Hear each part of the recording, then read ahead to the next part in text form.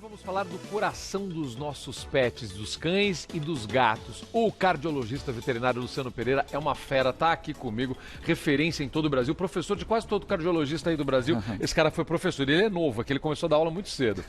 Luciano, que alegria ter você aqui, obrigado pela presença. Imagina, o prazer é meu. Vamos falar um pouquinho sobre isso, porque outro dia eu estava falando aqui sobre pressão alta na campanha para nós, para os seres humanos. E aí, o que todo mundo sempre fala é a tal da doença silenciosa, às vezes não tem sintomas. E aí, por que eu achei tão importante te trazer? Porque se é silenciosa para a gente, que é capaz de descrever os nossos sintomas, você imagina para eles, né? Então, que tipo de doença cardíaca aparece, em que idade, como é que a gente começa a notar os sintomas para tocar um alerta, meu irmão? Olha, das doenças cardíacas em cães, sem dúvida nenhuma, a de maior ocorrência é a degeneração de válvula mitral. É a que mais acontece. É envelhecimento da estrutura do colágeno da válvula e a válvula não fecha direito e você passa a ter um refluxo desse sangue em direção ao pulmão. Cães maiores, cães grandes, cães pequenos, qualquer um e a partir de que idade? Normalmente, essa doença atinge mais os cães pequenos. Mais os cães pequenos. York, Poodle, Maltês, o Shih Tzu. É uma doença que normalmente acomete cães a partir de 8, 9 anos de idade. Olha a imagem do coraçãozinho que mostra ali, né, Luciano? Então, dá para você visualizar ali que tem Quer uma aqui para ficar mais fácil? Fica mais fácil, eu te mostro. Parceiro, fica aí. Tá, não sai daí. Fica aí, Paçoca. Vamos te mostrar aqui. Chega pra gente mostrar aqui pra galera. Vamos lá. É uma válvula que a gente também tem no nosso coração. Pronto. Que com a idade, ela vai apresentando degeneração do seu colágeno. Corta pra cá, pra gente ver o que o Luciano tá mostrando. Obrigado, gente. Degenerando do seu colágeno. Tá. E daí, como se fosse uma porta bang-bang de bar. Ah, tá. Que ela não alinha direito.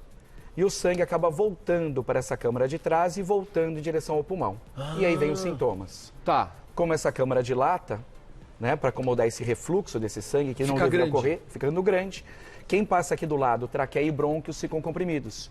E vem o principal sintoma, que é a tosse cardíaca. O coração ocupando um espaço maior, ele vai raspar em estruturas adjacentes, traqueia, brônquios.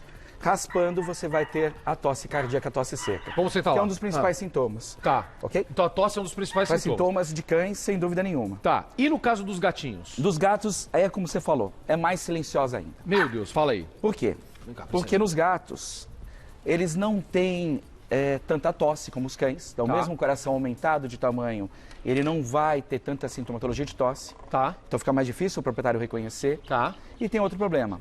A gente consegue reconhecer a doença cardíaca por cansaço, diminuição da atividade física. E o gato já é mais paradão. Exatamente. O gato não sai para passear no Ibirapuera, não sai para a rua, para caminhar, ele fica mais confinado no apartamento.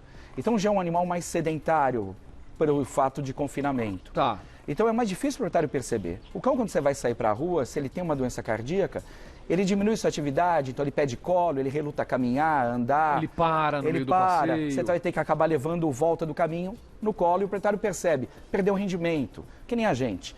Você tem uma doença cardíaca, sua atividade física não é mais a mesma. E daí, lógico, o proprietário consegue reconhecer isso num cão, mas no gato é mais difícil. E a mesma? A doença é a mesma? Não, aí é outra doença. Como é que é a do gato? No cão, basicamente doença de degenerativa da válvula. É mais comum nos pequenos. Tá? Agora, no gato, o que é mais comum é uma doença miocárdica. É uma hipertrofia que acontece no músculo cardíaco desses felinos. O coração também cresce, mas por outra causa, ele é isso? Cresce por outra causa, mas ele cresce para dentro. Ocorre um espessamento da parede do coração por fatores genéticos. E esse espessamento reduz o espaço com que o sangue consegue entrar lá dentro. Entendi. E daí, logicamente, ele acaba tendo complicações disso. Né? Então, nos gatos, o grande problema... Tem essa fotinha também, não tem? Uma fotinha dos gatos. Muda para a fotinha do gato pra gente, ó. É a próxima foto. Essa é do cão, a próxima foto é do gato. Vamos mudar para a próxima foto? É isso. É isso, exatamente. Caraca, não sobra nada de espaço pro... Como é que o sangue vai entrar nessa câmara? Isso é uma hipertrofia concêntrica para dentro da luz. Tá. Né? E um dos grandes complicantes dos gatos, como no homem, né, é o risco de formação de trombos. As doenças cardíacas no homem e no cão, há uma tendência, muitas vezes, de você ter o risco de fazer a formação de trombos intracardíacos, que nem tem. Esse gatinho aí, ele formou um trombo. Qual o problema? Fragmentos desse trombo se desprendem, ganham a circulação, e um dos sintomas que muita gente observa em gato não é a tosse, não é o cansaço, mas tem proprietários que vão ver os animais tendo obstrução do fluxo de sangue, como você vê ali. Tá? Você tem uma angiografia, onde olha a setinha ali. Você mapeia, né? Vamos lá, podemos lá, vamos lá. Aqui, ó. Onde você mapeia, né, o caminho do sangue, só que chega nessa região aqui, tem uma obstrução. e o sangue não consegue mais ir para os membros. No homem, normalmente, essas obstruções circulatórias é mais comum no cérebro, levando os AVCs isquêmicos. Perfeito. No homem é muito comum as cardiopatias terem como consequência entope e a gente tem um acidente vascular. Tá. Na verdade, a causa do AVC era um trombo dentro de uma doença cardíaca. Que andou. No caso dos gatos, esse trombo tem uma predileção maior para caminhar pela aorta e obstruir a circulação das patas. E a consequência, se puder mostrar o próximo... Pode. Muda para o próximo, gente, por favor. É levar à paralisia dos membros posteriores. Ou seja, essa paralisia foi causada por um problema cardíaco. Exatamente. Gente! Ou seja, como é que o proprietário vai conseguir relacionar as duas coisas? Então, muitas vezes eles acham que foi um trauma de coluna, uma lesão de coluna. Ele deixou o gato de manhã bem e chega à noite, muitas vezes ele está rastejando os membros, porque ele não tem fluxo para os membros. E a consequência é membros gelados, membros frios, sem perfusão. E às vezes até difícil diagnosticar quando chega nesse ponto, né, Luciano? Exatamente. E a evolução normalmente já está mais avançada. Então vamos lá. Esse é o grande problema. Olha, que alertas importantes. Você falou sobre 2 casos aqui, especialmente duas situações bastante complicadas.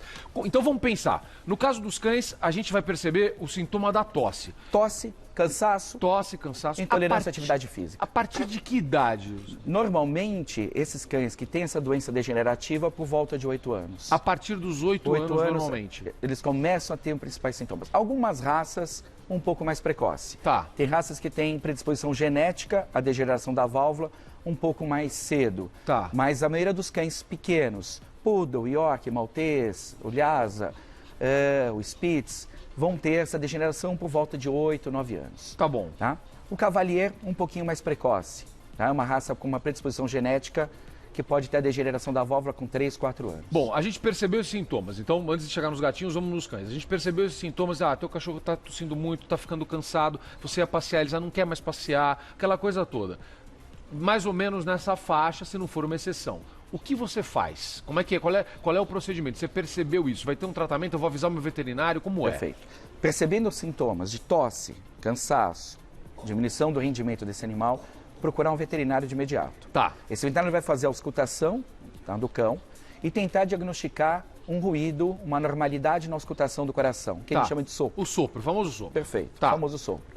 A partir desse sopro, ele vai localizar qual é a região que tem esse sopro, né, e fazer a indicação de exames auxiliares para concluir a gravidade, né, e daí estabelecer um melhor tratamento. Como aqui o ecocardiograma que você viu daquele cachorro. Tá.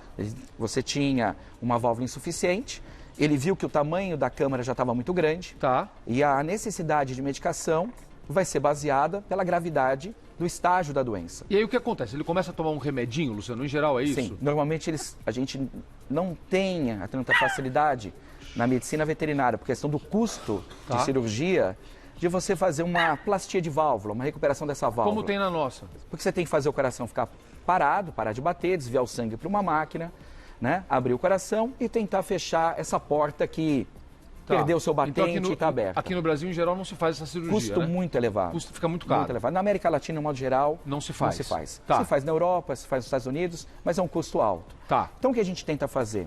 Controlar o refluxo. Tá. A gente não tem como resolver esse problema dessa válvula, mas a gente tem como minimizar o refluxo dessa válvula que não está fechando direito. Então ele começa a tomar um remedinho. Remedinho para tentar facilitar o trabalho da bomba em jogar o sangue para o lugar certo, que seria as artérias, fazendo com que ele volte menos para trás. E com isso ele vai ter uma vida normal? Qualidade de vida hoje, com as medicações que a gente tem disponíveis, fantástico. Que bacana. A gente muitas vezes consegue, dependendo, lógico, da progressão da doença, mas a gente consegue sobrevidas tão grandes que o animal muitas vezes chega a morrer com isso, mas não disso. Não disso. Exatamente. Por isso que é importante, se você perceber os sintomas, correr para começar mais o tratamento rápido, cedo. maior é a chance dessa sobrevida ser maior. Lógico, uma qualidade de vida, senão não adianta. Perfeito, mas hoje as medicações cardiológicas que a gente usa, e a gente usa muita medicação de linha humana, tá? Porque o mercado PET, infelizmente, ainda não tem uma gama de medicamentos como tem na cardiologia humana, a gente acaba usando... Usa os remédios da gente, sim, não? Só que em quantidade menor. menores para o peso correto deles, medicamentos que já têm estabelecimento de dose para cães,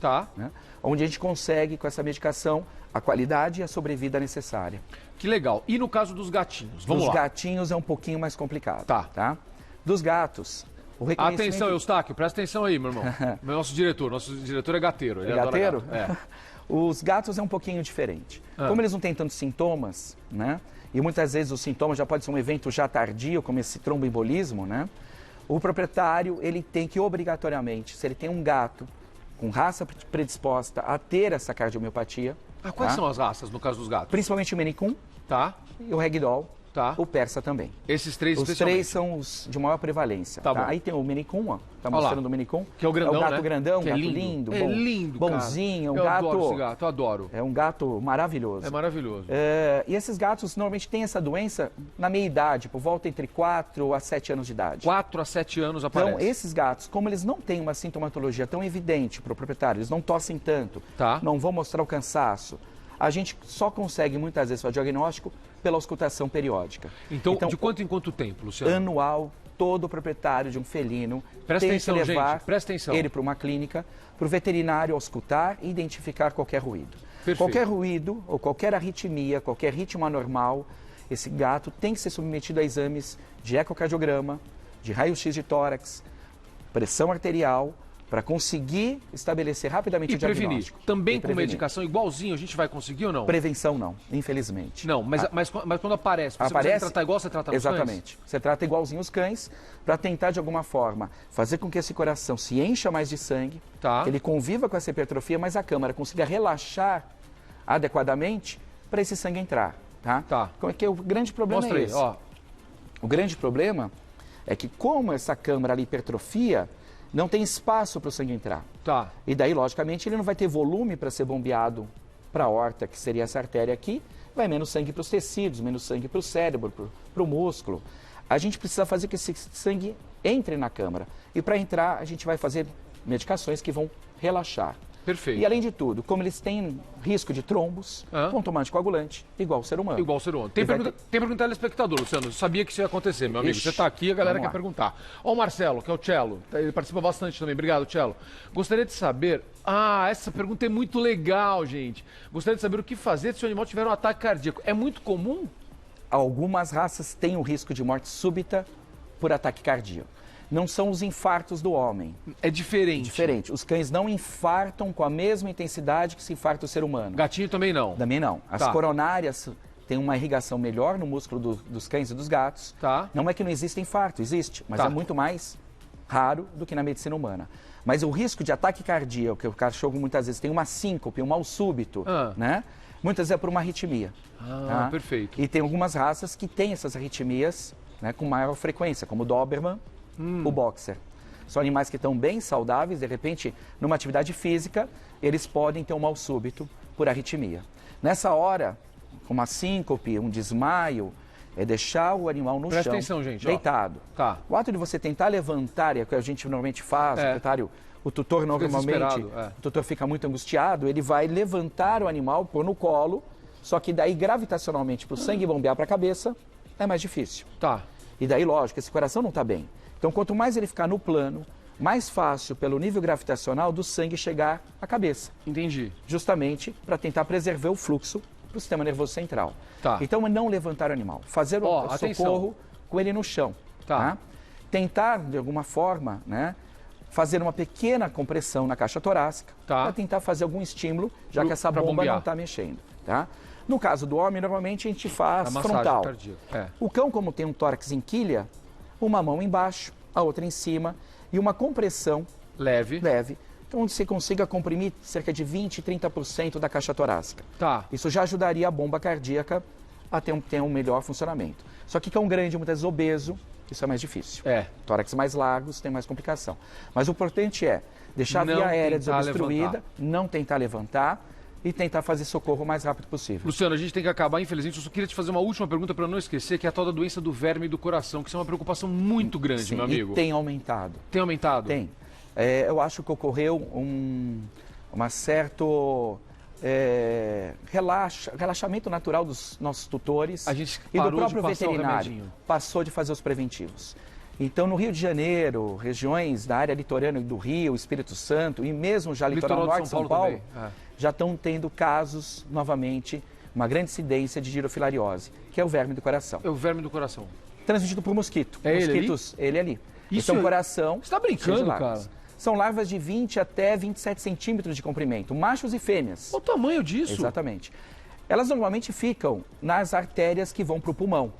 Mas quando a infestação é muito severa, elas acabam se alojando dentro da câmara cardíaca e obstruindo a entrada de sangue, ou levando à morte em consequência disso. Como é que a gente previne esse negócio, meu amigo? Existem vários medicamentos disponíveis em pet shop. Especialmente quem mora no litoral, Exatamente. gente. Não só, mas especialmente quem mora no litoral. Sim, porque esses mosquitos, eles estão mais presentes na região litorânea. Tá. Ou em próximos de represa, ou de pessoas que moram próximo a rios. Rio também. Quem mora perto da água. De uma certa forma, esses mosquitos vão tentar sugar o sangue do animal e inoculam esse parasita. Tá. Que depois de mais ou menos 6 meses já está na forma adulta. 6 meses. 6 meses no coração. É aquele remedinho, aquele... Isso. Você tem na forma oral e você tem na forma... O oral escotom. também funciona? Também.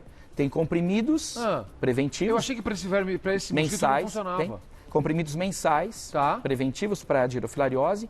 E também tem esses espotons, esses purons, que a gente passa que você aqui, não usa é? para pulga, para carrapato, e também alguns previnem a doença do verme do coração.